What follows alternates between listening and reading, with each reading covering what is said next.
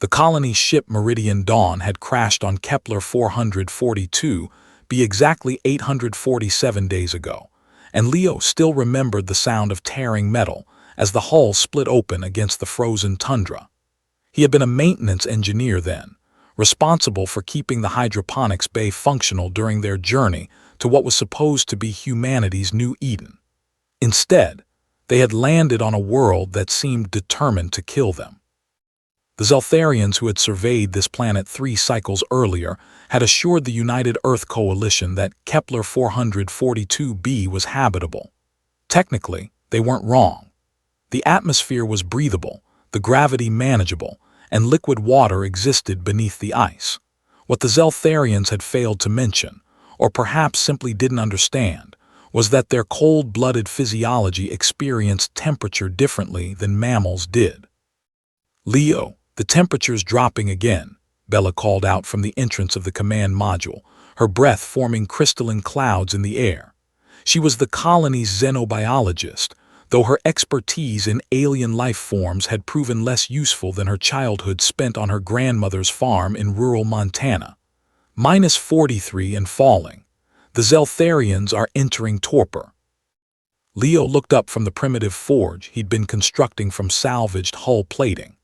Around him, the 17 remaining Zeltharian crew members had already begun to slow, their reptilian bodies seeking whatever warmth they could find in the insulated pods that were never designed for temperatures this extreme. The planet's 30-hour day-night cycle meant longer nights, and the approaching winter season would bring darkness that lasted for weeks. "How long do we have?" Leo asked, though he already knew the answer wouldn't be good. Bella consulted her datapad, her fingers trembling despite the thermal gloves. Chief Science Officer Zelther estimates they'll all be in full hibernation within 72 hours. Their core temperature is already at critical levels. The other 9 humans in the colony had gathered around Leo's workspace. There was Dr. Sarah Chen, the medical officer, Marcus Webb, the pilot who had somehow kept them from complete annihilation during the crash, and 6 others, including a botanist, 2 engineers, a geologist, and a teenager named Emma who had been traveling with her parents, both lost in the crash. "We can't generate enough power to heat the entire settlement," Marcus said, stating what everyone already knew. The fusion reactor had been damaged beyond repair, and their solar panels were useless during the long winter nights. The portable heaters are already running on backup cells. Leo wiped the soot from his hands and stood up. The idea had been forming in his mind for days, ever since he'd noticed the clay-rich soil near the impact crater, and remembered something his grandfather had told him about surviving the harsh winters in Korea during the war. "We don't need technology," Leo said quietly. "We need stone." The Zeltharians, despite their advanced understanding of quantum mechanics and faster-than-light travel, had never developed masonry.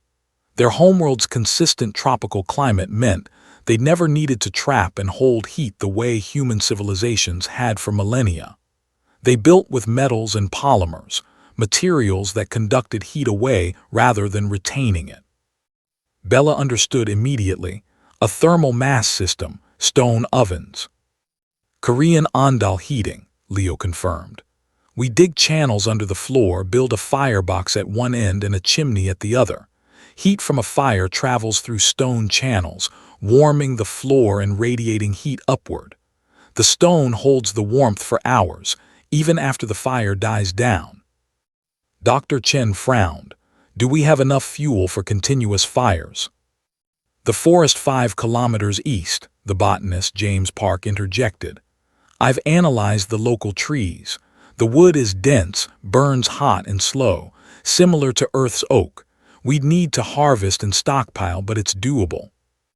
"The Zeltharians' torpor pods won't fit over heated floors," Sarah pointed out. "Then we build new shelters," Leo said, his voice growing stronger.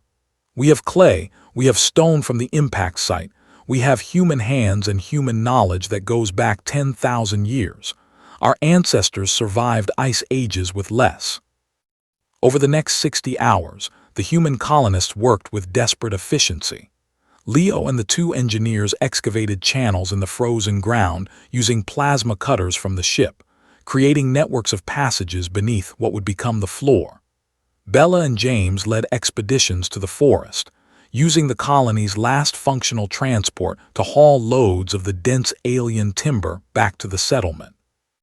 The geologist, Patricia Okonkwo, identified the best stones for heat retention, dense basalt from ancient lava flows that she calculated would hold thermal energy for 6 to 8 hours. Marcus and young Emma gathered and processed the clay, mixing it with fibrous local grasses that Bella had identified as fire-resistant. The Zeltharians watched with growing confusion as the humans abandoned the ship's sophisticated but failing life support systems in favor of what appeared to be primitive mud construction. "You build with stone and earth?" Zelthar asked Leo, his voice already slowing from the cold. "This is ancient technology, obsolete." Leo paused from laying stones in the firebox, his hands covered in clay mortar. "Sometimes the old ways work when the new ways fail. Trust us."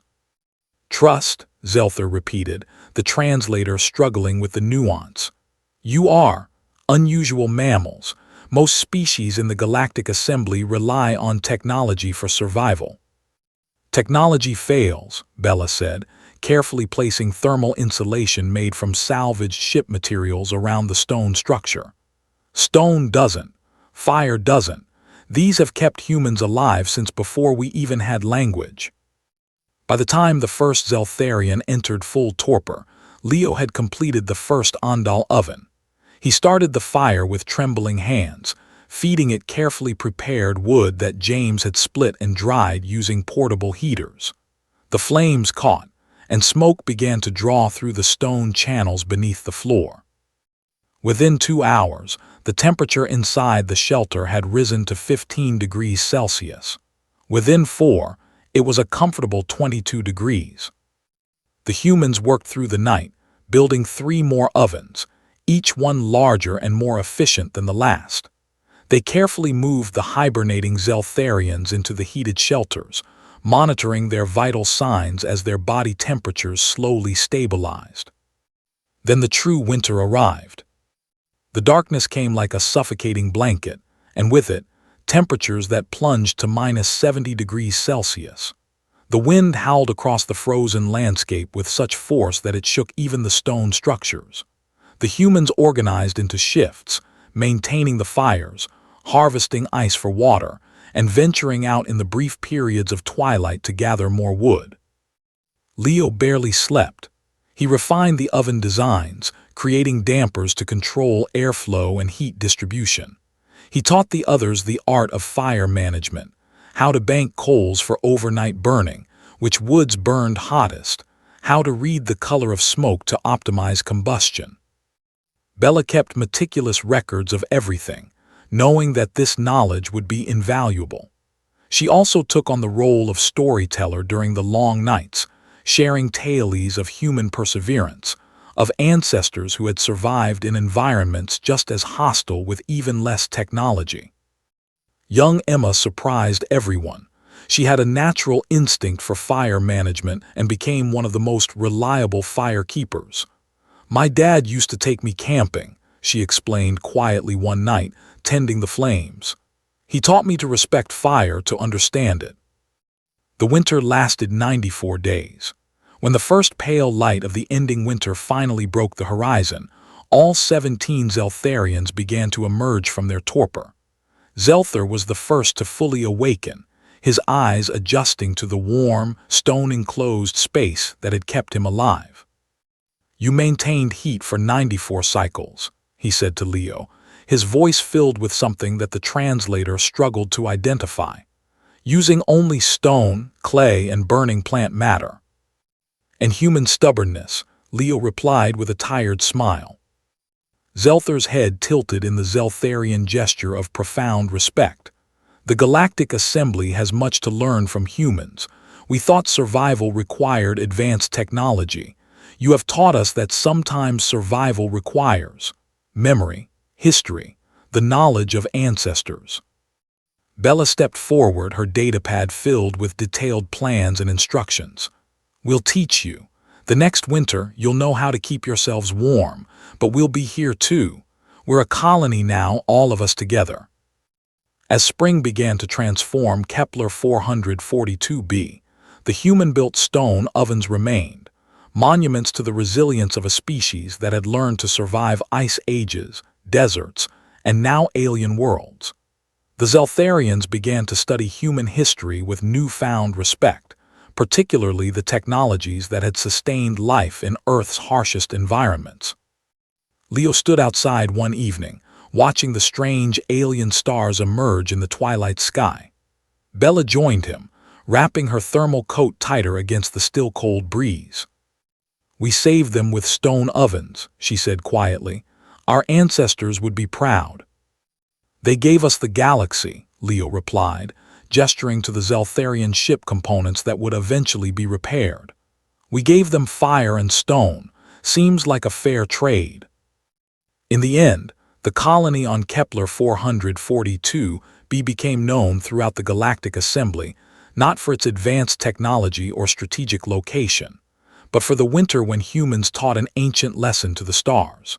That survival belongs to those who remember, who adapt, and who understand that sometimes the most sophisticated solution is the one carved in stone and warmed by flame.